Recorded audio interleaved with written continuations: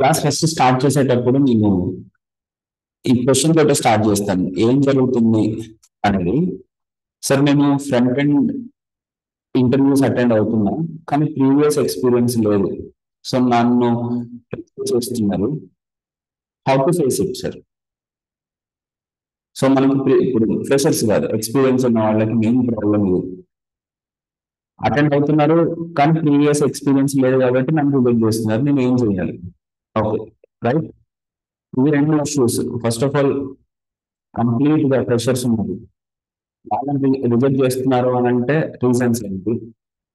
Already experience ఉంది on a different field, testing మీద ఉండొచ్చు, లేదా బ్యాక్ ఎండ్ మీద ఉండి ఫ్రంట్ ఎండ్కి రావాలనుకోవచ్చు, లేదా కంప్లీట్ గా ఇప్పుడు ఫర్ ఎగ్జాంపుల్ ఆఫ్ బీట్ అంటే ఇప్పుడు సేల్స్ ఫోర్స్ ఇట్లాంటి రకరకాల టూల్స్ ఉంటాయి, వాటి మీద చేస్తూ యూఐ డెవలప్మెంట్ డెవలపర్ రావాలనుకోవచ్చు. సో వాళ్ళని ఎందుకు రిజెక్ట్ చేస్తారు? ఫస్ట్ ఆఫ్ ఆల్ సింపుల్ గా ఇప్పుడు ఇంటర్వ్యూ వరకు పిలిచారు అని అంటే రిజెక్ట్ చేయరమ్మా. ఎందుకనంటే నాకు తెలుసు ఒక ఇంటర్వ్యూకి మెంబర్స్ తోటి కనుక అంటే వాళ్ళ టీమ్ తోటి కనుక ఇంటర్వ్యూ చేయించారు అనుకోండి, ఫస్ట్ ఆఫ్ ఆల్ వాళ్ళ షెడ్యూల్స్ అన్ని పోతాయి. కాబట్టి మోస్ట్ ఆఫ్ ద టైం వాళ్ళ ఇంటర్వ్యూస్ తీసుకునేటప్పుడు వాళ్ళ కంపెనీ వాళ్ళని యూజ్ చేయరు, ఎక్స్టర్నల్ కన్సల్టెంట్స్ నే వాడతారు. వాడినప్పుడు వాళ్ళకు ఉండే ఒక ఇంటర్వ్యూకి నాకు ఆల్మోస్ట్ 2300 2500 మధ్య రూపాయలు వస్తారు ఒక్క ఇంటర్వ్యూకి. సో ఇంకేపు మిమ్మల్ని ఇంటర్వ్యూ తీసుకోరు కదా, 100% తీసుకోరు. రిక్రూట్ చేసేటప్పుడు నాకు ఒక పొజిషన్ ఒక 50 to 60 ప్రొఫైల్స్ వస్తాయి. నేను 50-60 ప్రొఫైల్స్ నేను ఆల్మోస్ట్ ఫిల్టర్ చేస్తే ఒక్కటి కూడా ఇద్దరు తీసుకుంటాను. సో జస్ట్ ఇమాజిన్ 50 ప్రొఫైల్స్ అని అంటే అన్ని డబ్బులు ఎందుకు ఇవ్వాలి ఎవరైనా, రైట్? ఇక్కడ ప్రాబ్లం ఏంటి? ప్రాబ్లం అంటే వాళ్ళతో లేదు, వాళ్ళు రిక్రూట్ చేసుకోవడానికి చేసుకోకూడదని కాదు, మనం జస్టిఫై చేయలేకపోతుంది. జస్టిఫై ముందుకు చేయలేకపోతుంది. ఇక్కడ మన ప్రాజెక్ట్స్ కి స్ట్రెంగ్త్ లేదు. మనం ఈ కామర్స్ అప్లికేషన్ చేసామని చెప్తాం. ఈ కామర్స్ అప్లికేషన్ చేసామంటే కొద్దిగా డీప్ గా వెళ్ళి దాంట్లో కాల్ బ్యాక్ క్లోజర్ ఎక్కడ వాడారు మీరు అని అడిగారు అనుకోండి, అంత చేతులకు ఇప్పుడు మీరు కాల్ బ్యాక్ అని అడిగాము, డెఫినేషన్ ఆఫ్ కాల్ బ్యాక్ అని అడిగారు అనుకోండి, a function which is inside another function is called callback function, right? Okay, good. కానీ దీన్ని ఇక్కడ రియల్ టైమ్ లో అప్లై చేశారు అని అంటే they don't have any answer. అంటే ఏదైనా ఒక కాన్సెప్ట్ ని మనం ఎక్కడ అప్లై చేస్తున్నాం అని అంటే ఆన్సర్ ఉండదు. For example what are the library, C language అందరికీ తెలిసిందే కదా, most of the people C language లో లైబ్రరీస్ ఏం వాడారు అని అంటారు, మూడు లైబ్రరీ వాడలేదు అని అంటారు. అదే మీరు హెడర్ ఫైల్ లో ఏం రాశారు అని అంటే లైబ్రరీస్ ఇంక్లూడ్ చేస్తాం అంటారు. ఎక్కడ వస్తుంది డిఫరెన్స్?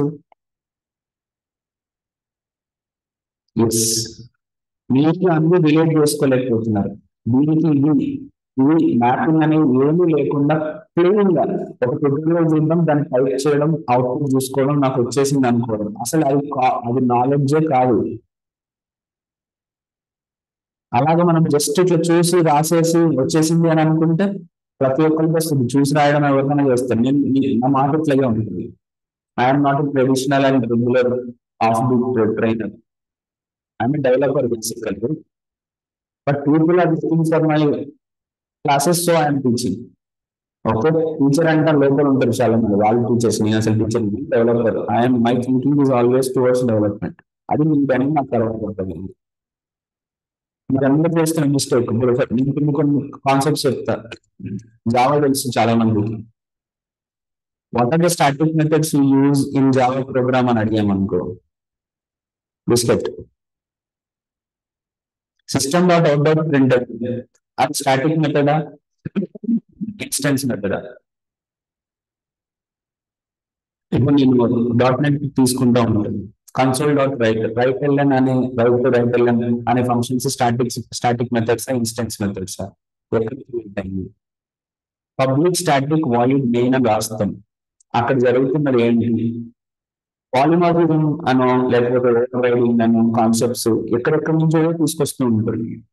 ఓవర్ రైడింగ్ జరుగుతుంది ఆ విషయంలోనే తెలియదు.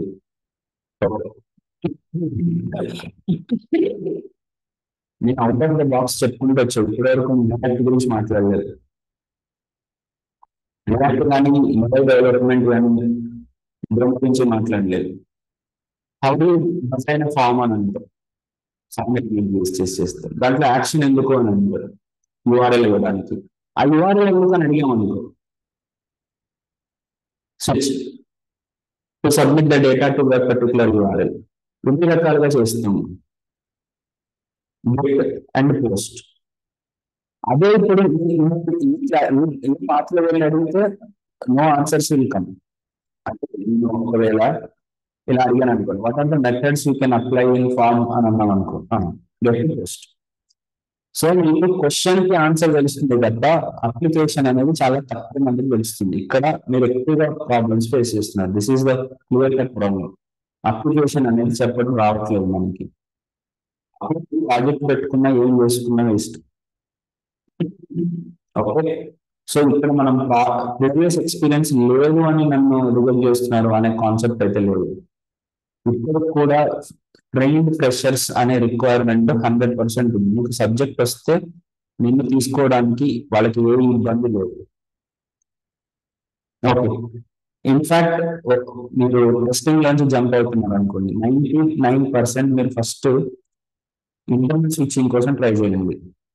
తర్వాత then think about other places. అసలు మీకు ఫార్మ్ 16 లాస్ట్ 2-3 ఇయర్స్ నుంచి ఉన్నాయి అని అంటే మీరు జాబ్ స్విచ్ అవ్వడానికి 100% ఎలిజిబుల్. అంతకు మించి మీకు అసలు ప్రాబ్లమ్స్ లేవు, అసలు ఏం లేవు. The only thing is you should be able to describe what you have done. ఇంకొక చిన్న పాయింట్ చెప్పేసి కంక్లూడ్ చేస్తుంది.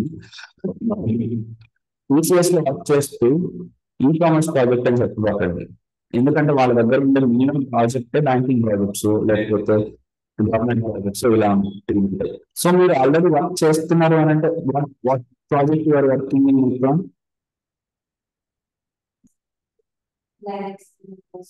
Okay, migration. Okay, cloud migration, open shift. Okay, కంటైనరైజేషన్స్ లో మీరు చేస్తున్నారు. ఇప్పుడు దాంట్లో ఏ ప్రాజెక్ట్స్ చేస్తున్నారు? ఒక ప్రాజెక్ట్ ఉంటుంది కదా, దాని గురించి మాట్లాడండి. Because your project should be to the level of your company. మనమేమో చాలా మంది ఇంటర్నల్ ప్రాజెక్ట్ అది విని విసిగిపోయాం అనమాట. ఇప్పుడు మొత్తం ఒక 10 years ఎక్స్పీరియన్స్ పెట్టిన తర్వాత 10 years నేను ఇంటర్నల్ ప్రాజెక్ట్ చేశాను అని అంటే బయటకు రాక అంటారు. Should not come out of that company. Internal projects కాదు, క్లయింట్ అంటే మనం చెప్పుకోగలగాలి. మన బ్యాంక్ ఆఫ్ ఇండియా క్లయింట్ అని ఈ రెజ్యూమ్ పెట్టేటప్పుడే తప్పులు పెడుతున్నాం మనం. ఇంకా ఇంకొక రోజులో కవర్ చేసేవి కాదు. ఓకే, ఆల్మోస్ట్ ఎవ్రీడే నేను ఇంటర్వ్యూ పర్స్పెక్టివ్ చెప్తాను. ఎందుకంటే మనం ఒక కోర్స్ నేర్చుకున్నామంటే దానికి ఒక మీనింగ్ యూజ్ ఉండాలి కదా. ఊరికే సరదాగా రియాక్ట్ అనేది ఎలా ఉంటుందో అని చూడడానికి కాదు కదా. This is not vacation. మనం ప్రతిరోజు టైం ఇస్తున్నాము అని అంటే we have to be responsible. So నాకు ఆ సెన్స్ ఉంది. నేను డెఫినెట్ గా మీరు ఎందుకు ప్రతిరోజు మాట్లాడతాను. And this is not one day thing. Continuous గా మనం ప్రతిరోజు ఈ పర్టికులర్ టాపిక్ ని మనకు ఎట్లాంటి ఇంటర్వ్యూస్ లో ఎట్లా అడగవచ్చు అనేది మనం అక్కడ చెప్పుకుంటవచ్చు. రైట్, ఇక్కడ ఇప్పుడు ఇలాంటి ప్రాబ్లమ్స్ ని నేను ఎట్లా సాల్వ్ చేయాలి? ఇతను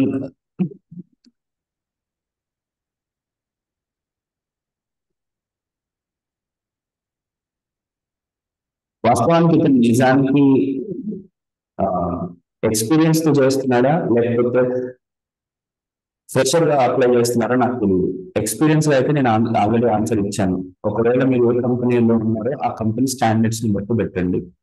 సపోజ్ మీరు other than the real experience, నేను ఆ వర్డ్ వాడలేను, అయితే మాత్రం మీరు ప్రాజెక్ట్స్ ప్రాపర్ గా పెట్టుకోండి.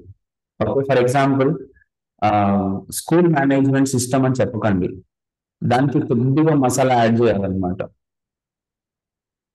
దానికి మసాలా ఫర్ ఎగ్జాంపుల్ అదే వర్డ్ ఎట్లా చెప్తారు అని అంటే ఆటోమేషన్ ఆఫ్ అటెండెన్స్ ఇన్ఫర్మేషన్ అనేది ఎట్లా. సపోజ్ మీరు ఇప్పుడు గూగుల్ ట్రావెల్ మేనేజ్మెంట్ సిస్టమ్ అని పెట్టారు అనుకోండి, ఆ వర్డ్ లో బాగోదు. ఓకే, దానికి నేనేం మారుస్తానంటే ప్లాన్ బేస్డ్ మెంబర్షిప్ ఫ్రాంచైజీ అని చెప్తాను. అది చూస్తే అది బ్యూటీ పార్లర్ కా లేకపోతే సర్వీసింగ్ సెంటర్ కానీ సంబంధం లేదు. ఎవరైతే అదనంగా ట్రై చేయాలనుకుంటున్నారో, ప్రీవియస్ ఎక్స్పీరియన్స్ లేదనుకున్నారో, వాళ్ళ టైటిల్స్ పెట్టేటప్పుడు ప్రాపర్ గా పెట్టండి. Titles are very important, right? ఇప్పుడు మీరు రెజ్యూమ్ రాసేటప్పుడు కూడా మీరు కొన్ని మిస్టేక్స్ ఎట్లా చేస్తారు అని అంటే, I'm experienced in creating UIs, UI components అని చెప్పేసి వదిలేస్తున్నారు. You are supposed to clearly mention that I have created service layered based application architecture components. ఈ టెర్మినాలజీ చూడండి. Components created in the application, లేకపోతే యాక్రో మోడల్ అని suppose client ఉన్నారు అనుకో, ఆ క్లయింట్ గురించి ఎక్స్ప్లెయిన్ చేస్తున్నారు ఇక్కడ. ఆ క్లయింట్ ఎక్కడ, యుఎస్ క్లయింట్, వాళ్ళు చేపలు ఉంటారు, వాళ్ళకి సంథింగ్ వాళ్ళకి ఒక ఆటోమేషన్స్, అదెందుకు మనకి వాళ్ళ మొబైల్ కాంపోనెంట్ డిజైన్ లో వాళ్ళ డాష్ బోర్డ్ లో మనం ఏం చెప్తున్నాం అనేది ఇంపార్టెంట్ అక్కడ. సో ఇట్లా మీ రెజ్యూమ్ కొద్దిగా మాడిఫై చేసుకుని కనుక మీరు అప్లై చేస్తే మీరు డెఫినెట్లీ ఏబుల్ సీరియస్. ఇంకొకటి ఇక్కడ కమెంట్స్ ఎక్కువ నిమిషం.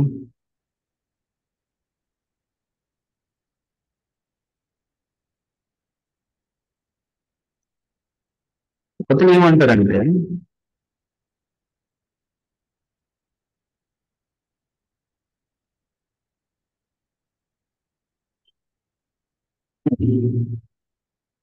మనం నేర్చుకున్నాం, ప్రాక్టీస్ చేస్తున్నాం, కానీ నెక్స్ట్ టాపిక్ నేర్చుకునే సరికి ప్రీవియస్ టాపిక్స్ మర్చిపోతున్నాం.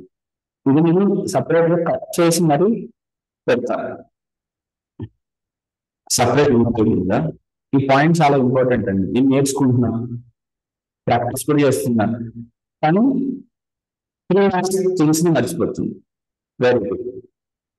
సో ఇప్పుడు ఏదైనా ఎప్పుడు మర్చిపోతామని అంటే దానికి ఇంపార్టెన్స్ ఇవ్వనప్పుడు, ఐఎమ్ వెరీ ఈ పర్సనల్ లెవెల్లో కానీ ప్రొఫెషనల్ లెవెల్లో కానీ మీరు మర్చిపోతున్నారు అని అంటే దానికి ఇంపార్టెన్స్ ఇవ్వకపోయినప్పుడు, ఇంకా వేరే దీనికి ఆప్షన్స్ లేవు. రెండోది ప్రాక్టీస్. ఇప్పుడు ఫర్ ఎగ్జాంపుల్ మా వైఫ్ బర్త్డే అనుకోండి, నేను ఓన్లీ ఊరికి ఒక్కసారి ఆలోచిస్తే నాకు ఆ నెంబర్ గుర్తుండదు.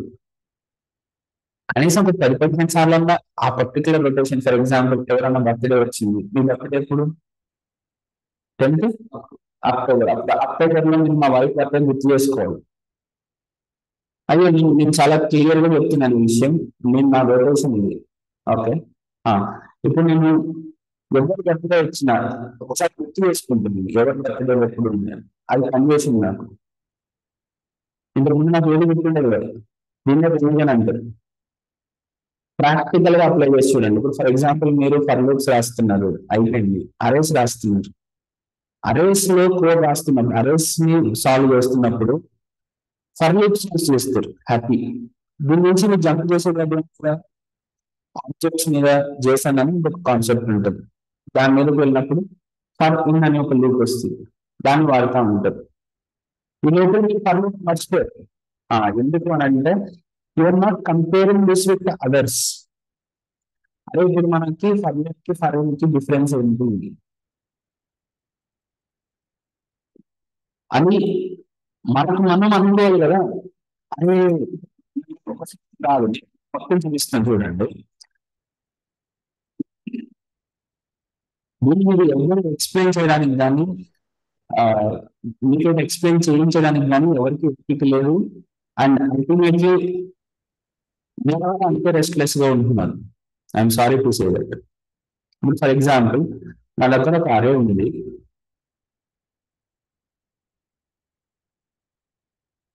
మీరు ఈ అరేలో ఉన్న వాల్యూస్ ప్రింట్ చేయాలి.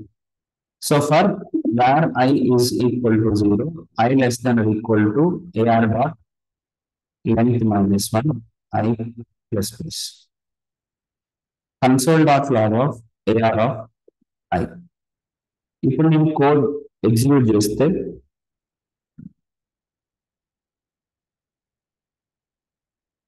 నాకు 10, 20, 17, 47 అవుట్పుట్ అయితే వచ్చింది. సేమ్ ఇదే for okay 1 second AR dot for each of call back function ఒక్క వాల్యూ ప్రింట్ అవుతా ఉంటుంది. కన్సోల్ డాట్ లాగ్ ఆఫ్ ఏ. ఇక్కడ కూడా నాకు సేమ్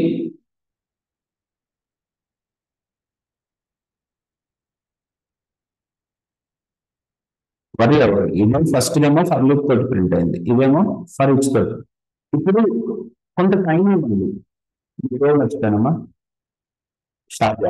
ఇప్పుడు శ్రావ్యకి బోర్డు వచ్చేమో నేను చెప్పే మాటలు, కానీ నా ఎక్స్పీరియన్స్ 2005 పాస్ అవుట్ నానా 2001 నుంచి ఇంకోటి రాస్తున్నా.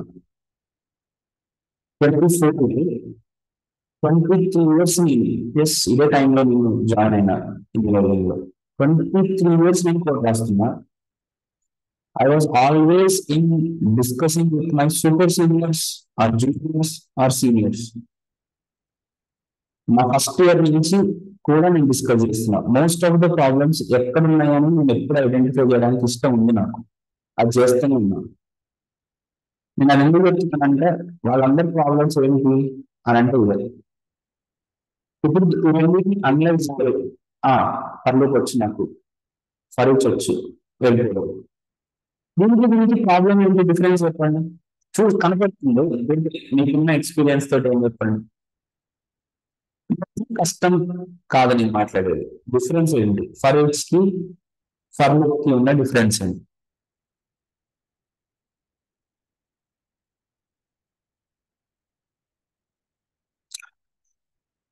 ఇప్పుడు మీరు ఇట్లా చెప్పారు కదా, ఇప్పుడు ఆలోచిస్తున్నారు కదా, ప్రతిరోజు కనీసం ఒక 10-15 నిమిషాలు ఒక్కొక్క క్వశ్చన్ మీద ఆలోచించండి. ఆన్సర్ చదవకండి. ఆన్సర్ చదివితే ఆన్సర్ చదివినట్టే ఉంటుంది. ఆన్సర్ చదవకండి. Just try to answer and try to analyse. ఆ డాట్స్ ఉంటాయమ్మా మన మైండ్ లో, ఆ స్పేసెస్ ఉంటాయి. ఆ స్పేసెస్ ఫిల్ అయినప్పుడే మీకు ఒక విషయం గుర్తుంటుంది. బయటికి దానికి డిఫరెన్స్ ఏంటి? ఇక్కడ మనం ఇనిషియలైజ్ చేసుకోవాలి, కండిషన్ మనమే చెక్ చేసి పెట్టుకోవాలి, ఇంక్రిమెంట్ మోడిఫికేషన్ మనమే చేస్తూ ఉండాలి. మరి ఫర్ ఈచ్ లో మనం కండిషన్ పెట్టడం అవసరం లేదు, ఇనిషియలైజేషన్ చేయాల్సిన పని లేదు, ఇంక్రిమెంట్ డిక్రిమెంట్ చేయాల్సిన పని లేదు. ఫర్ ఈచ్ విల్ ఆటోమేటికల్ అనాలిసిస్ అంటారు. ఎప్పుడైతే నువ్వు కంపేర్ చేసి అనలైజ్ చేయగలుగుతావో నీకు గుర్తుంటుంది. ఫర్ లూప్ గుర్తుంటుంది, ఫర్ ఈచ్ గుర్తుంటుంది.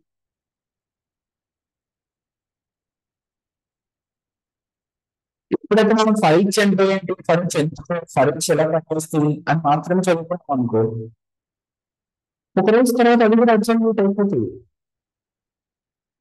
ఆ, ఇప్పుడు శ్రావ్య, ఇప్పుడు చూడండి, ఫర్ ఈచ్ తోటి ఏం చేయాలి, ఫర్ ఈచ్ తోటి ఏం చెప్పగలుగుతాం అని అడిగాను అనుకో, ఏం చెప్తావు?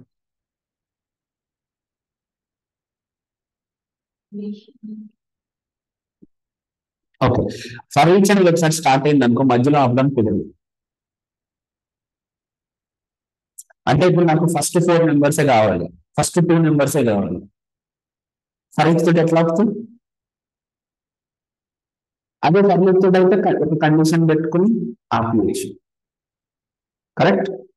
ఇంకేం చెప్తావు?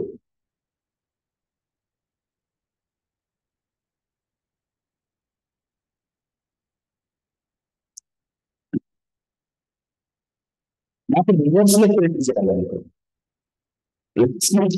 ఫర్ ఈచ్ తోటి ఏం చేయలేదు. ఎప్పుడైతే మీరు అనలైజ్ చేశారు, where is the possibility of forgetting this. నువ్వు అనలైజ్ చేయకుండా ఫర్ ఈజ్ ఈక్వల్ టు 0 అంటే అంటే అది బిస్కెట్ అక్కడ నువ్వు నాకు చూడాలి. రైట్. మనము దాన్ని ఎక్స్ప్రెసివ్ గా చెప్పడానికి రెడీగా ఉంటే అది గుర్తుంది.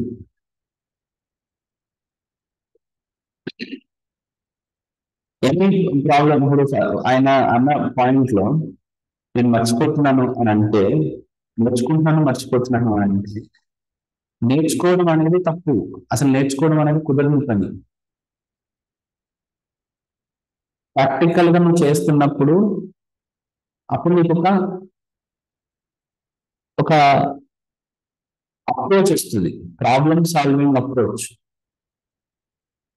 ఆ ప్రాబ్లమ్ సాల్వింగ్ అప్రోచ్ నీకు ఇవన్నీ గుర్తుపెట్టుకునేలా చేస్తుంది తప్ప, నేను చదువుతూనే నాకు ఇవన్నీ గుర్తుండాలి అని అంటే మాత్రం ఐఎమ్ సారీ, అది వర్కౌట్ అవ్వదు. కాబట్టి నా దగ్గర స్టూడెంట్స్ తక్కువ ఉంటారు. నేను మిమ్మల్ని గుర్తుపెట్టుకునేలాగా చేయండి. My focus is all about how you should implement this. నువ్వు ఇంప్లిమెంట్ చేయడానికి నువ్వే నిజంగా ట్రై చేయాలి. That is the that is my focus. My focus area is always that. మీరు just go and check my YouTube channel.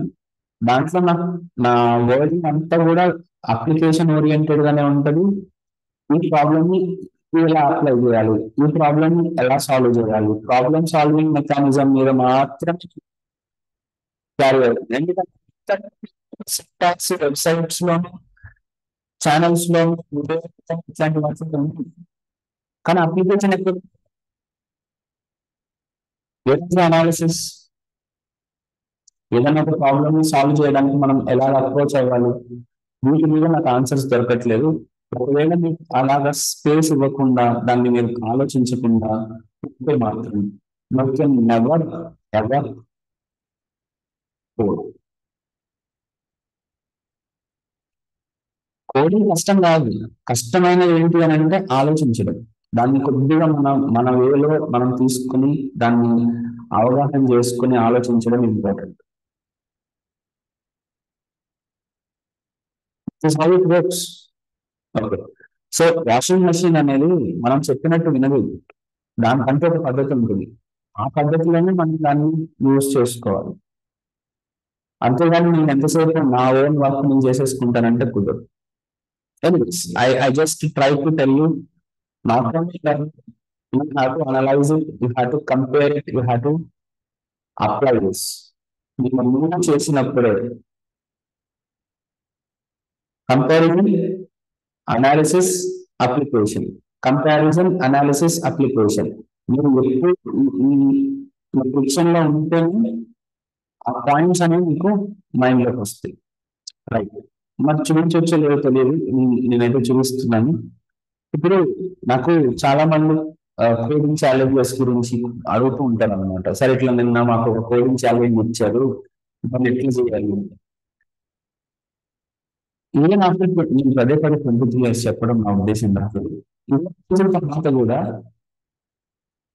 నేను మళ్ళీ fresh గా చిన్న పిల్లలు పౌడర్ వేసుకొచ్చి ట్యూషన్ లో కూర్చుంటారు కదా, అట్లా కూర్చుంటాను అనమాట నేను. నైట్ అయిన తర్వాత ఒక నైట్ క్లాక్ అట్లా ఓపెన్ చేసుకుని ఫ్రెష్ గా స్నానం చేసి వచ్చి ఆ ప్రాబ్లం ఎట్లా సాల్వ్ చేయాలని ట్రై చేస్తా. అది నా వీక్లీ యాక్టివిటీ అండి. కొత్త ప్రాబ్లం అది ఏం చేయాలి. నా ఇన్స్టాగ్రామ్ ఛానల్ కూడా చూపిస్తా కొన్ని రోజుల తర్వాత. దాంట్లో రకరకాల మూవీల్లో ఎట్లా అడుగుతున్నారు, వాళ్ళు ప్రాబ్లం అడిగినప్పుడు నేను ఎట్లా, వాళ్ళు ఎట్లా సాల్వ్ చేశారు. ప్రతిరోజు తెలుసుకోవడమే, ఇంకొక ఆప్షన్ లేదు. మనం బ్యాంకులో ₹1,00,000 వేసేసి ప్రతిరోజు వడ్డీ తినేద్దాం అంటే కుదరదు. You have to keep on working.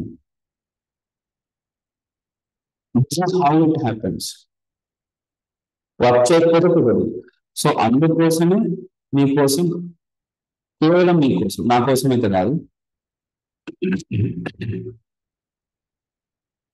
Thousands of assignments ని మీకు ఆల్రెడీ ఉంచేసాను. ఇంకా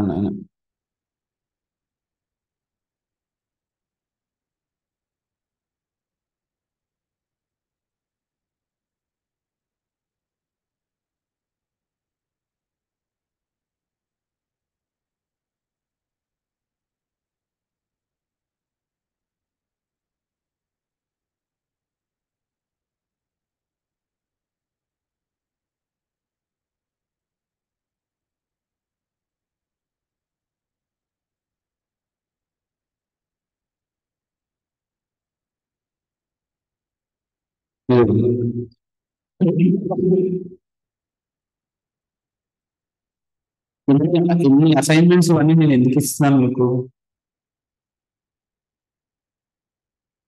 ప్రాక్టీస్. అండ్ ప్రాక్టీస్ అని అంటే ఫిబొనాచి సిరీస్ అన్నారు అంటే a is equal to 0, b is equal to 1, c is equal to a plus b. ఆ పిక్చర్ ఉంది కదా, ఆ పిక్చర్ ఫస్ట్ మర్చిపోయింది. ఫ్రెష్ గా ఆలోచించడానికి ఎంత క్విక్ గా ఆలోచించగలుగుతామని ప్రతిరోజు ప్రయత్నం చేయండి. ఎవ్రీ డే ఫ్రెష్ గా. అదంతా అదే పని కాదు సార్. అవ్వకపోతే మాత్రం లైట్ తీసుకొని కోడి. ప్రతిరోజు మీరు సృష్టించుకోకపోతే you can never enter into the picture. పాపం ఇప్పుడు చిరంజీవి గారు చాలా సంవత్సరాల నుంచి ఇండస్ట్రీలో ఉన్నారు కదా, చాలా పెద్ద ఆయన కదా, చాలా గ్రేట్ ఫెలో కదా. ఆయన ఇప్పుడు కొత్త సినిమా అయితే ఆయన జిమ్ పోతలేడు.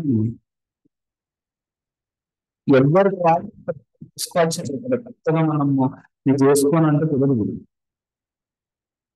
సో మీకు ఎప్పటికప్పుడు కొత్త కొత్త ప్రాబ్లమ్స్ సాల్వ్ చేయడం. ఈవెన్ నేను హ్యాకథాన్స్ కి వెళ్తాను, నేను వెళ్తాను పర్సనల్ గా, నా స్టూడెంట్స్ తీసుకెళ్తాను, ఒకసారి కూర్చొని చేస్తాను. దాంట్లో 40+50+ డెవలపర్స్, ఆర్కిటెక్ట్స్ వచ్చి హ్యాకథాన్ లో పార్టిసిపేట్ చేస్తారు. ఎందుకు చేస్తారు? For the practice. ఓకే, మీకు చెప్పడం అయిపోయిందన్న, అయిపోయింది. ఇది నిజం. మీకు ఇది అర్థమైతే నా క్లాసెస్ ఇట్లాగే ఉంటాయి. ప్రతిరోజు ఒక ప్రాబ్లమ్ సాల్వింగ్ గురించి ఆలోచిస్తూ ఉంటాం. దాని ముందు క్లాస్ కనుక మీకు క్లారిటీ లేదనుకో, మీ క్లాస్ మిస్టేక్. ప్రతిరోజు క్లాస్ ప్రతిరోజు కంప్లీట్ చేయాలి. రైట్. నెక్స్ట్, దీన్ని అర్థం చేసుకునేటప్పుడు maximise the depth of it. For example, నేను కొన్ని కీవర్డ్స్ చెప్తాను. Let us start those keywords. Web page, website, web application, web server అని మనకి కొన్ని నిజానికి వీటికి డిఫరెన్స్ ఉందా?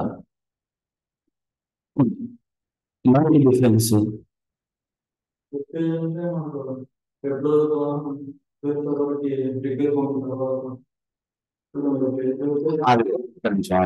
మళ్ళీ కరెక్ట్ చేస్తున్నాను అనుకోకు. Make that sentence complete. సగం సగం ఆపే. ఎందుకనంటే వెబ్ పేజ్ అంటే ఏంటి అని డిఫైన్ చేసేటప్పుడు నువ్వు వెబ్ బ్రౌజర్ ద్వారా వెబ్ సర్వర్ కి రిక్వెస్ట్ పంపించి అని ఆపేసావు. తర్వాత రాలే, నేను తొందరగా అసలు నాకు ఎక్కడ నాకు కుటుంబాలు పని లేదు, ఇక్కడనే ఉంటుంది.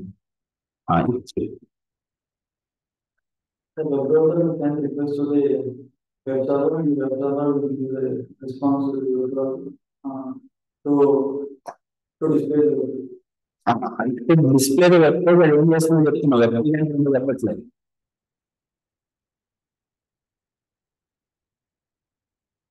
అదే ఆంగ్లంలో అంగ్రేజీలో చెప్తున్నావు కానీ నువ్వు వెబ్సైట్ అంటే చెప్పలేదు, చెప్పే మొత్తానికి. దాన్ని విని ఒక మాట్లాడేసిన వాళ్ళు ఉన్నారు కదా, వాళ్ళని అన్నారు పట్టుకుని. ఫస్ట్ క్లాస్ లో సెకండ్ క్లాస్ లో కరెక్ట్ గా రాకపోతే సేవ్ చేసి ఉంటుంది. ఫస్ట్ సెంటెన్స్ పూర్తిగా దాంట్లో అసలు వెబ్ పేజ్ అంటే ఏంటి అనేది లేదు. వెబ్ పేజ్ ఎక్కడ ఉంటుంది అని అంటే మేము మీ ఆన్సర్ కరెక్టే కావచ్చు. వెబ్ పేజ్ ఎక్కడ కనపడుతుంది అని అంటే మీ ఆన్సర్ కరెక్టే కావచ్చు. కానీ వెబ్ పేజ్ అంటే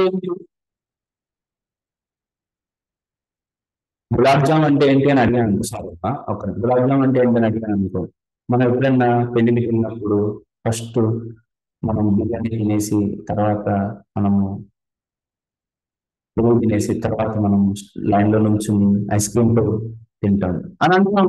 మనం గులాబ్ జామ్ గులాబ్ జామ్ స్వీట్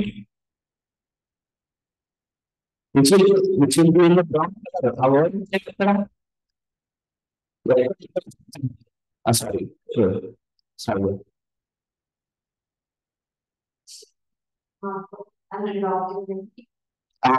చూసా అక్కడికి వస్తున్నారు ఇప్పటికి. Document, web page is document. What an excellent answer. Web page is fundamentally file which is hosted on the server, which is called website. మిగతా అంతా కరెక్ట్ చెప్పు. మనం ఈ బ్రౌజర్ నుంచి రిక్వెస్ట్ చేసినప్పుడు సర్వర్ మనకు పంపించిన డాక్యుమెంట్ వెబ్ పేజ్ అంటాం. Excellent. Which is return in HTML. ఎందుకంటే అది మనం స్టార్ట్ చేసామనుకో అప్పుడు మీకు వెబ్ అప్లికేషన్ అంటే అర్థమవుతుంది. సైట్కి వస్తుంది. వెబ్ అప్లికేషన్ అంటే ఏంటి తెలుసా sir? Web application is a program which is in the web server which generates web pages dynamically on a post. ఇక్కడ ఏంటి డిఫరెన్స్ అంటే వెబ్ పేజ్ అనేది ఆల్రెడీ మనకు స్టాటిక్ గా సర్వర్ లో ఉంటుంది. అదే వెబ్ అప్లికేషన్ అంటే వెబ్ అప్లికేషన్ సాఫ్ట్వేర్. మనం అడిగినప్పుడు ఆ ప్రోగ్రామ్ సర్వర్ లో ఉన్న ఆ ప్రోగ్రామ్ మనకు ఒక వెబ్ పేజ్ తయారు చేసిస్తుంది. అలాంటి ప్రోగ్రామ్స్ ని వెబ్ అప్లికేషన్స్ అని అంటాం. ఓకే, సో దీన్ని ట్యూటోరియల్ లో కొద్దిగా అర్థం చేసుకుంటే మీకు ఫస్ట్ ఆఫ్ ఆల్ మీకున్న బిగ్ ప్రాబ్లమ్స్ అన్ని సాల్వ్ అవుతాయి. ఇది బ్రౌజర్,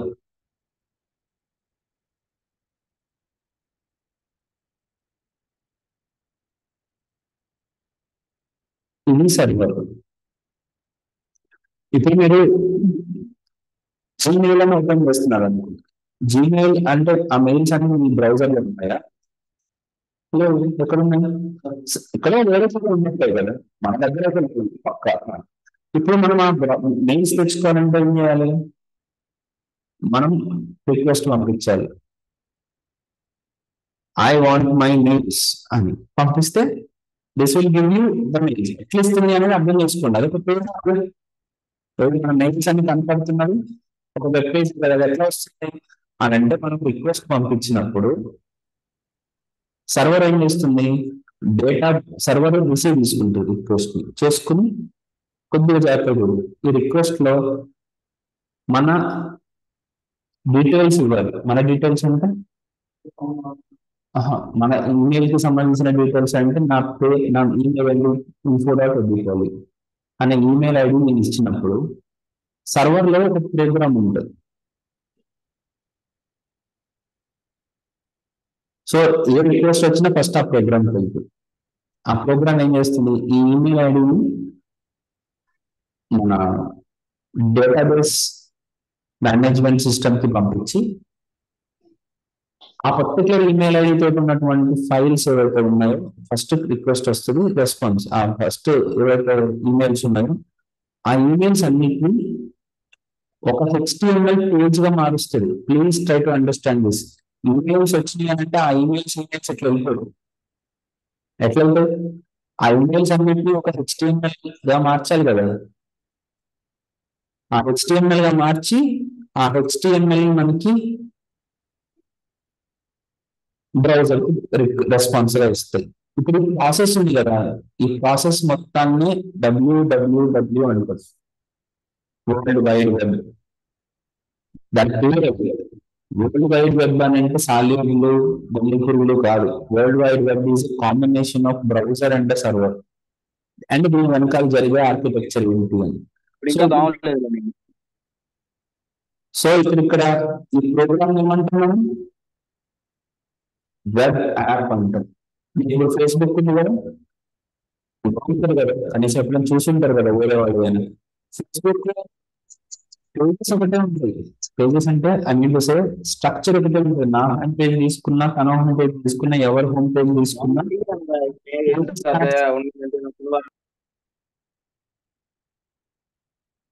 రైట్ డేటా మాత్రం డిఫరెంట్ ఉంటుంది. ఎలా వచ్చింది అంటున్నారు? మన సర్వర్ లో ఒక ప్రోగ్రామ్ ఉంటుంది. ఆ ప్రోగ్రామ్ ఏం చేస్తుంది? మన రిక్వెస్ట్ పంపిస్తే మన ఐడి తీసుకుని ఈ పలానా ప్రవీణ్ గుడ్డల మీకున్న డేటా అంతా ఇస్తారు. పోస్టులు, వాళ్ళ ఫ్రెండ్స్, వాళ్ళ రీసెంట్ నోటిఫికేషన్స్ అంతా తీసుకుని this program another program will prepare again the HTML. So maximum మనము ఈ పాయింట్ మర్చిపోతున్నాం. అసలు జనరేటింగ్ ఈ వెబ్ అప్లికేషన్ అనే ప్రోగ్రామ్ ఈ హెచ్టిఎంఎల్ పేజెస్ ని జనరేట్ చేస్తుంది. ఎట్లా జనరేట్ చేస్తారు? సుబ్బారావు కనుక రిక్వెస్ట్ పంపించడానికి ఒక ఫేస్బుక్ రిక్వెస్ట్ సుబ్బారావు ఇస్తాడు కదా, కానీ జనరేట్ చేసి పంపించేది డిఫరెంట్ కంటెంట్ తో పంపిస్తుంది. సుబ్బారావు గారు సారీ ఫోటోలు, ఆయన ట్యాగ్ చేసిన పోస్టులు, ఆయన ఫ్రెండ్స్, ఆయన పేరు వస్తుంది. ఎట్లా వస్తుంది అని అంటే ఒకటే ప్రోగ్రామ్ ఎవరు రిక్వెస్ట్ పంపిస్తే వాళ్ళకి తగ్గట్టుగా పేజెస్ ని dynamic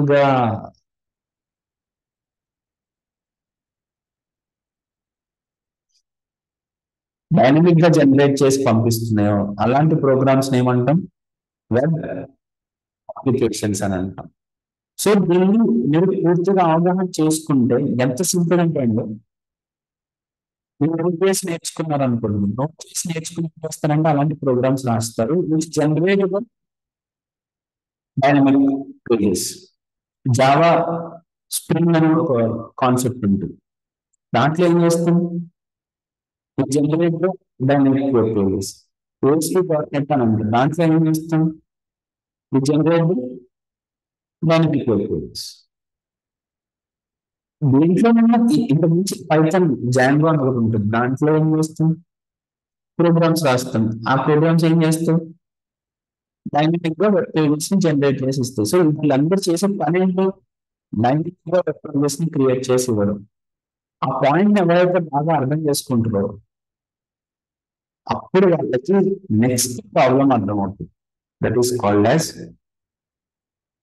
single page web application. ఇదేంటి మరి? దీని కాన్సెప్ట్ వేరే, రైట్? ఇప్పుడు చూడండి, ఫేస్బుక్ దగ్గర ఎంతమంది యూజర్స్ ఉన్నారు? మీరు మరి నేను అలా నచ్చలేదు తెలియదు, పాపం మీకు అంత టైం పెట్టలేదండి అసలు. సరదాగా కొద్దిగా బ్రౌజ్ చేద్దాం అని కూడా ఉంటుంది. సపోజ్ మీరు ఏదైనా నేర్చుకుంటున్నాను అనుకో, సరదా కోసం అయినా సరే మీరు ఇట్లా రాస్తారు, Facebook total users in the world 2.9 billion users ఉందండి. 2.9 బిలియన్ యూజర్స్ లో ఎట్ ఎ టైం 1% అయినా లాగిన్ అయినారు అనుకుంది అంటే ఎంత? 29 మిలియన్స్. 1% అని అంటే 0.29 మిలియన్స్ అంటే 2.2 lakhs మొత్తాన్ని. So at a time Facebook server కి ఎంతమంది రిక్వెస్ట్లు పంపిస్తున్నట్టు? రిక్వెస్ట్ వస్తుంది ఒక సెకండ్. నేను మోస్ట్ కేస్ చెప్తున్నాను, 3 lakh రిక్వెస్ట్ సర్వర్ సర్వ్ చేయగలుగుతుందా? ఆ సర్వర్ ఎంత సైజ్ ఉన్నా కానీ కూడా చూడాలి. ఇప్పుడు దీన్ని ప్రాక్సీ కానీ వేరే వేరే కాన్సెప్ట్స్ చెప్పదలుచుకోలేదు, అది కూడా సరే. ముందు ప్రాబ్లం అర్థం చేసుకోండి. ఇప్పుడు తిన్నాం కదా, థైడ్ ఈవినింగ్ ఎప్పుడైనా గచ్చిబౌలిలో ఒక డామినోస్ ఉంటుంది, అక్కడికి వెళ్ళి ఆర్డర్ నేను ఫీజు అనేది విరక్తి కలుగుతాయి. తర్వాత వస్తుంది ఫస్ట్ నేను ఎందుకు అనవసరంగా ఆర్డర్ చేశానన్న తర్వాత మీకు ఫీజు వస్తుంది. ఎనీవేస్ ఎందుకంత టైం పట్టింది? Number of requests Pizza Hut మీద డామినోస్ మీద ఉన్నాయి, ఎక్కువ ఉన్నాయి కాబట్టి వాళ్ళు బుక్ చేయాల్సినంతా కూడా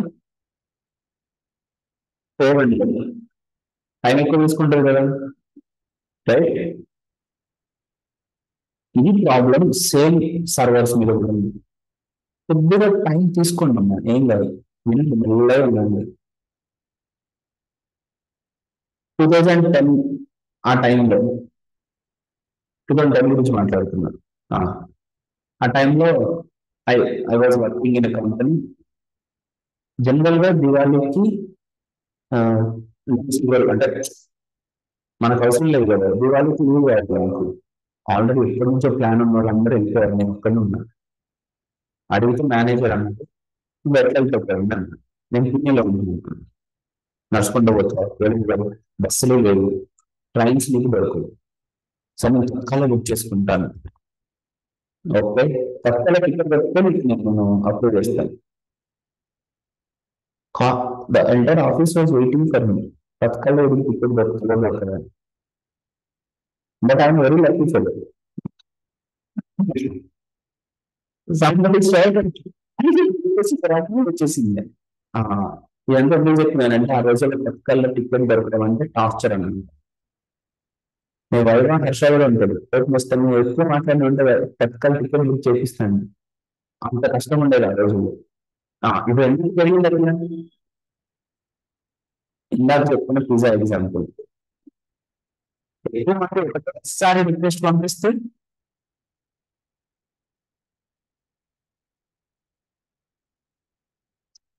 ఎక్కువ మంది ఒకటేసారి రిక్వెస్ట్ పంపిస్తే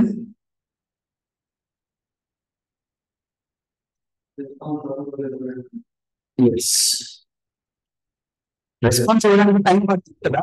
ఎందుకంటే అప్లికేషన్ సర్వర్ మనకి తయారు చేసే వాళ్ళు మనకు. ఆ, మనకి సొల్యూషన్ ఏంటి, what is the solution? Solution is, చూడండి ఇప్పుడు, ఇప్పుడు ఈ సర్వర్ ని రెండు పార్ట్లుగా డివైడ్ చేశారు. ఒకటి ఫ్రంట్ ఎండ్, ఇంకొకటి బ్యాక్ ఎండ్. బ్యాక్ ఎండ్ పని వేరు, ఫ్రంట్ ఎండ్ పని వేరు. ఇది బ్రౌజర్. సో ఇప్పుడు ఏం జరగబోతుంది అని అంటే, ఫస్ట్ మనకి ఈ పేజెస్ కావాలి కదా. ఆ పేజెస్ కోసం, అంటే పేజెస్ అని అంటే ఇప్పుడు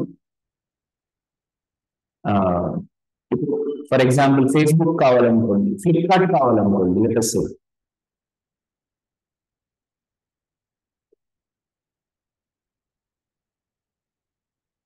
ఇప్పుడు ఇది పేజ్ కదా.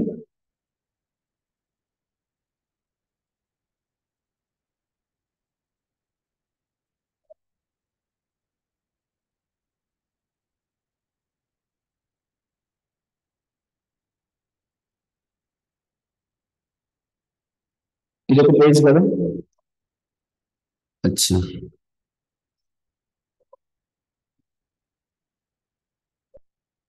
ఇది ఒక పేజ్ కదా. ఇప్పుడు ఈ పేజెస్ అన్ని డైనమిక్ గా సర్వర్ నుంచి జనరేట్ అయి రావట్లేదు. ఇప్పుడు ఇలాంటి పేజ్ తయారు చేయడానికి ఒక టెంప్లెట్ కావాలి. ఆ టెంప్లెట్ ని మనము ఫ్రంట్ ఎండ్ సర్వర్ లో, ప్రాజెక్ట్ లో ఈ టెంప్లెట్స్ అన్నిటిని మనము ఆల్రెడీ క్రియేట్ చేసుకుంటాం. అంటే ఇలాంటి సార్ టెంప్లెట్ అంటే ఏంటి అనేది ఫ్రెషర్స్ కి రియాక్ట్ నేర్చుకున్న తర్వాత అర్థమవుతుంది. ఎవరైతే ఆల్రెడీ కొద్దిగా వర్క్ చేస్తున్నారో వాళ్ళకి కొంచెం అర్థం అవ్వచ్చు. ఇప్పుడు ఇలాగ డిస్ప్లే చేయడమే కదా మన పని. ఇలా డిస్ప్లే చేయాలంటే ఒక కోడ్ రాయాలి కదా. ఆ కోడ్ ని టెంప్లెట్ అంటారు. ఆ కోడ్ ముందుగానే ఫ్రంట్ ఎండ్ సర్వర్ ఫస్ట్ మనం flipkart.com అని ఫస్ట్ రిక్వెస్ట్ పంపించగానే మనకి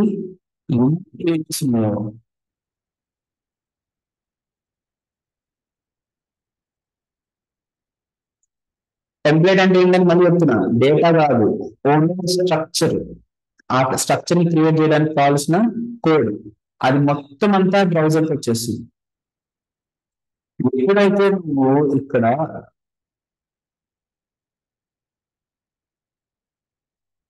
హామర్ అని క్లిక్ చేసావు కదా, ఇప్పుడు కొత్త టెంప్లెట్ కావాలా? టెంప్లెట్ ఆల్రెడీ మా బ్రౌజర్ లో, so what I need only. ఇప్పుడు ఈ పేజ్ కి డిఫరెన్స్ ఏంటమ్మా? Data is only different, template is not different. So ఇక్కడ టెంప్లెట్ కోసం మనం అన్ని పెట్టాల్సిన పని లేదు. ఇంతకు ఇచ్చిన ప్రాజెక్ట్ లో ప్రాబ్లం ఇప్పుడు మనకి వెబ్ అప్లికేషన్ సేమ్ పేజ్ అయినా సరే, సేమ్ ప్రోగ్రామ్ సర్వర్ లో ఎగ్జిక్యూట్ అవ్వాలి. నేను దీన్ని సింప్లిఫై చేస్తా, కంగారు పడకండి. ఇప్పుడు టెంప్లెట్స్ అన్ని ముందు వచ్చేస్తే, ఇప్పుడు నువ్వు ఫోనర్ మీద క్లిక్ చేసావు అనుకో, ఈ రిక్వెస్ట్ బ్యాక్ అండ్ వెళ్ళి ఆ ఫోనర్ కి సంబంధించిన డేటా ఉంటుంది. వీటి రిక్వెస్ట్ వస్తే డేటా ఇవ్వడం, ఏపీఎస్ ఏం చేస్తారు, డేటాని తెచ్చుకొని ఆ డేటాని ఇక్కడ ఈ టెంప్లెట్ ఇచ్చేస్తాయి. ఇప్పుడు నువ్వు యాపిల్ అని క్లిక్ చేసావు అనుకో, యాపిల్ కి సంబంధించిన రిక్వెస్ట్ ఏపీఐకి వెళ్తుంది, ఏపీఐ డేటా ఇస్తుంది. అదే టెంప్లెట్ లో నువ్వు యాపిల్ ప్రొడక్ట్స్ ని పెట్టేసి ఇస్తున్నావు. ఇప్పుడు దీంట్లో డిఫరెన్స్ ఏంటి, ఇక్కడేమో సేమ్ టెంప్లెట్ కి వివోకి సంబంధించిన డేటా ఉంది, ఇక్కడ డేటా. నాట్ ఓన్లీ దాట్, ఇప్పుడు నేను ఇక్కడ టీ షర్ట్స్కి వెళ్ళినా యాక్చువల్గా ఇక్కడ కూడా అలాగే ఉంటుంది, సమ్ స్మాల్ స్మాల్ డిఫరెన్సెస్ అంతే. ఇది మెయిన్ ఒక సపరేట్ టెంప్లెట్, రైట్. ఇప్పుడు ఇలాగా ఫ్రంట్ ఎండ్ లో ఈ టెంప్లెట్స్ అన్నిటిని ముందుగానే డిజైన్ చేసుకుని పెట్టుకోవాలి అని అంటే మనకి రియాక్ట్ కానీ, యాంగులర్ కానీ, ఇంకా జేఎస్ కానీ వచ్చున్నారు. ఈ మూడు ఫ్రంట్ ఎండ్ యూఐ మొత్తాన్ని క్రియేట్ చేయడానికి కావాల్సినటువంటి టూల్స్ కానీ, లైబ్రరీస్ కానీ, ఫ్రేమ్ వర్క్స్ కానీ అనుకోండి. మరి ఏం చేస్తారు మీరు, ఏపీఐస్ రాస్తారంట. మనం జావా స్క్రిప్ట్ లో కోడ్ రాసి which will accept the request and which will give you the response.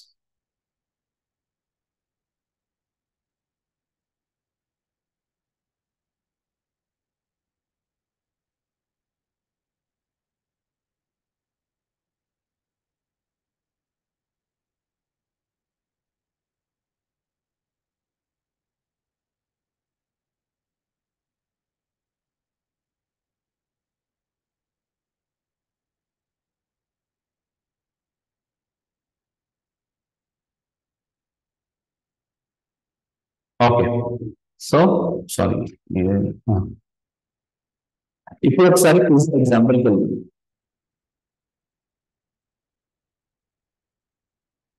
ఇప్పుడు పిజ్జా హట్ ఏం చేస్తుంది అని అంటే,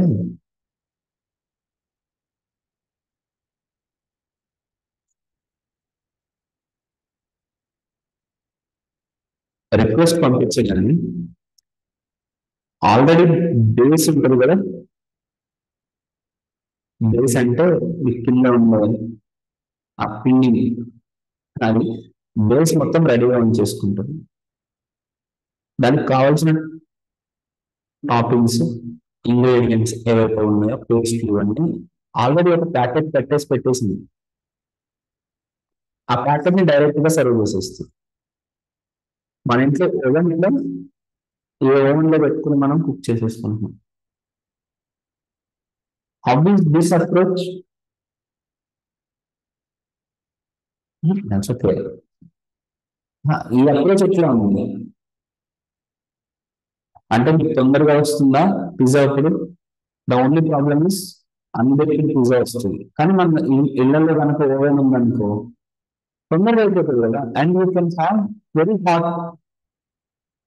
సపోజ్ మీకు సగం పిజ్జా తినాలనిపిస్తుంది, సగం పిజ్జా నువ్వు కుక్ చేసుకుంటావు కదా, లేదా నీకు ఈరోజు ఈ పర్టికులర్ టాపింగ్స్ నాకు ఇష్టం లేదనుకో, అప్పుడు అవి తీసుకో, డాక్టర్ చీజ్ తగ్గించమని అనుకో, తక్కువ చీజ్ తింటాం. This is very customized. Same to same ఇప్పుడు మనకి ఫ్రంట్ ఎండ్ మన ఫ్రంట్ పేజ్ అప్లికేషన్స్ లో కూడా జరుగుతున్న మెకానిజం అదే. ఏంటా మెకానిజం? ఫస్ట్ మనకి టాపిన్స్ ఇవన్నీ మన ప్లాట్ఫామ్ ఆ బేస్ ఇదంతా కూడా కి పంపించేస్తున్నారు. మనకి మిస్ అయింది ఏంటి, డేటా. ఆ డేటాని తెచ్చేసుకుని మనం ఇక్కడ రన్ చేసుకుంటున్నాం. సో అల్టిమేట్లీ రన్ రన్ అంటే రన్ అనకూడదు, దాన్ని ఏమనాలి అని అంటే రెండరింగ్. ఎక్కడ జరుగుతుంది రెండరింగ్? బ్రౌజర్ లో జరుగుతుంది. నేను చెప్పిన పిజ్జా ఎగ్జాంపుల్ లో కూడా అసలు ప్రాబ్లం అంతా ఎక్కడ ఉందంటే ఎంతమంది డిలే పిజ్జా రావడానికి? కుకింగ్ లేట్ అవుతుంది ఎందుకంటే ఇప్పుడు ప్రిపేర్ చేయడానికి ఎక్కువ టైం పట్టదమ్మా. ప్రాబ్లం అయితే ఆల్రెడీ చెప్పారు 200 పిజ్జాస్ ఉంది. నువ్వు ఇప్పుడు ఆర్డర్ చేసావు, పిజ్జా బయటకి ఎప్పుడు రావాలా? వచ్చిన తర్వాతే కదా నువ్వు ఇది పెట్టావు. సో ఇక్కడ ప్రాబ్లం ఏంటి అని అంటే కుకింగ్.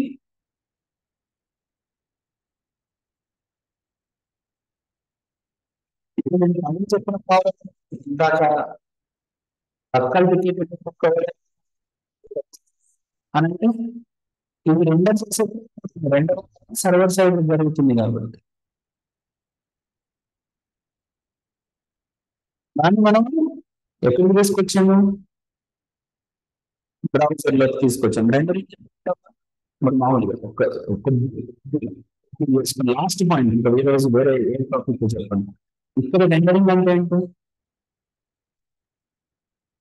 ఆల్రెడీ ప్రోగ్రామ్ ఉంది. ఆ ప్రోగ్రామ్ ఈ డేటాబేస్ నుంచి డేటాను తెచ్చుకుని ఈ పేజ్ గా డెవలప్ చేయడాన్ని రెండరింగ్ అంటారు. ఇన్ఫాక్ట్ ఇక్కడ కూడా టెంప్లెట్ లాగానే ఉంటుంది. దాని మధ్యలో మనం డేటాను ఇన్సర్ట్ చేసి రన్ చేసి అంటే ఎగ్జిక్యూట్ చేసి రెండర్ చేసి వచ్చిన రిజల్ట్ ని మనం బ్రౌజర్ కి పంపించాం. అంటే ఇంతకు ముందు వరకు అని అంటే traditional monolithic web applications are having server side rendering. మళ్ళీ ఏంటి ఇప్పుడు సరే suppose single page web applications కి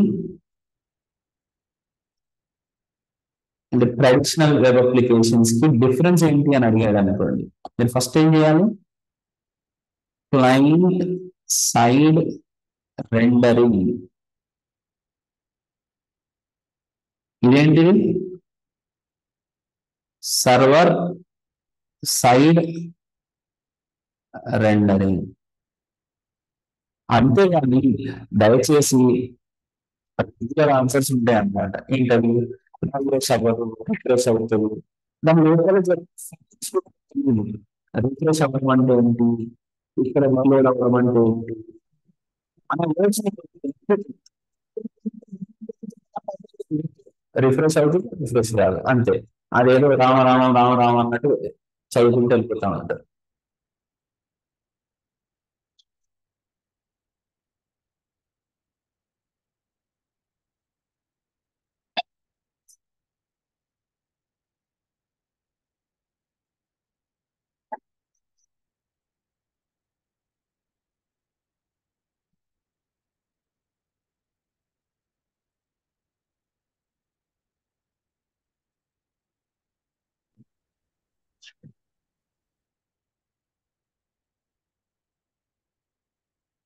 ఓకే, ఇప్పుడు ఇప్పుడు వాయిస్ చూడండి అమ్మా, బాగాలేదంటున్నారు కదా. ఏమో మరి. Okay, the meaning. ఈరోజు నేను క్లాస్ చెప్పాలనుకున్న పాయింట్ ఏంటి అని అంటే, how do you understand, how you should understand. మీరు అనలైజ్ చేసేటప్పుడు కానీ లేకపోతే మీరు నేర్చుకునేటప్పుడు కానీ దాన్ని పూర్తిగా గా దాని లోపల ఏం జరుగుతుంది అని నేర్చుకోవడానికి ట్రై చేయట్లేదు. దానివల్ల మీరు ఎన్నిసార్లు నా దగ్గర కాదు, ఇ- ఇంకొక 20-30 చోట్ల లెర్నింగ్ చేసినా సరే మీకు అది కాదు. Until and unless you start discussing it, you start thinking about it. Ready? Understood? ఇవి చెప్పండి. క్లయింట్ సైడ్ రెండరింగ్ అంటే ఏంటి, సర్వర్ సైడ్ రెండరింగ్ అంటే ఏంటి, ఎలా జరుగుతుంది, రీలోడ్ అవ్వడం అంటే ఏంటి, ఎందుకు పేజ్ రీరెండర్ అవుతుంది, సారీ పేజ్ రీలోడ్ అవుతుంది ఇన్ ట్రెడిషనల్ వెబ్ అప్లికేషన్. ఇప్పుడు దీన్ని తీసుకుపోయి నేను మైక్రో సర్వీస్ ఆర్కిటెక్చర్ అంటే ఏంటి వర్సెస్ మోనోలిథిక్ ఆర్కిటెక్చర్కి డిఫరెన్స్ ఏంటి, ఇవి మీరు చెప్పాలి అని అంటే ముందు ఈ రెండింటికి డిఫరెన్సెస్ మీకు అర్థం కావాలి. అంటే ఇక్కడి నుంచి స్టార్ట్ అవుతుంది మొత్తం అంతా. బట్ ఆ స్టేజ్కి వెళ్ళాలి. మనము హెచ్టిఎంఎల్ విషయంలో కూడా ఈ లెవెల్ ఆఫ్ థింకింగ్ తోటే చేస్తాం. హెచ్టిఎంఎల్లో కూడా మనము ఈ లెవెల్ ఆఫ్ థింకింగ్ అంటే ఎంత డీప్గా కిలికియాలి అనేది. Okay, so those people who are interested, ఈరోజు మీ అందరికీ రిజిస్టర్ చేసుకున్న వాళ్ళందరికీ ఒక ప్లేలిస్ట్ పంపిస్తాను. ఆ ప్లేలిస్ట్ చూడండి హెచ్టిఎంఎల్ గురించి. రేపు నేను డైరెక్ట్గా హెచ్టిఎంఎల్ స్టార్ట్ చేసేస్తాను. ఓకే, ఎక్కువ టైం ఉండదు హెచ్టిఎంఎల్కి. మాక్సిమం సిఎస్ఎస్ కూడా నేను చాలా తొందరగానే చెప్పేస్తా. I don't wait or waste the time. Okay, as much as possible we have enter in to JavaScript. JavaScript enter చేసేసుకోవాలి తొందరగా, రియాక్ట్కి వెళ్ళిపోవాలి. Okay, that doesn't mean I skip HTML or CSS. ఎవరికైతే ఎక్కువ కావాలనుకుంటున్నారో వాళ్ళు Saturdays రండి, నేను ఫ్రీగా సెషన్స్ కూడా చెప్తాను. ఎవరికైతే నాకు కోడింగ్ రాయడం, నాకు ఓపెన్ బ్రౌజర్ ఎట్లా ఓపెన్ చేయాలో కూడా తెలియదు అని అన్నా సరే నాకు దగ్గరికి రండి.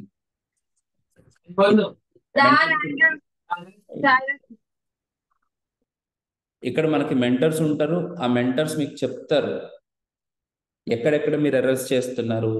వాళ్ళ పని ఏంటి అని అంటే అదే, మీరు ఏం మిస్టేక్ చేస్తున్నారని ఫైండ్ అవుట్ చేయడం. I try my best to help you, come and join. Okay, so I have a continuation class, so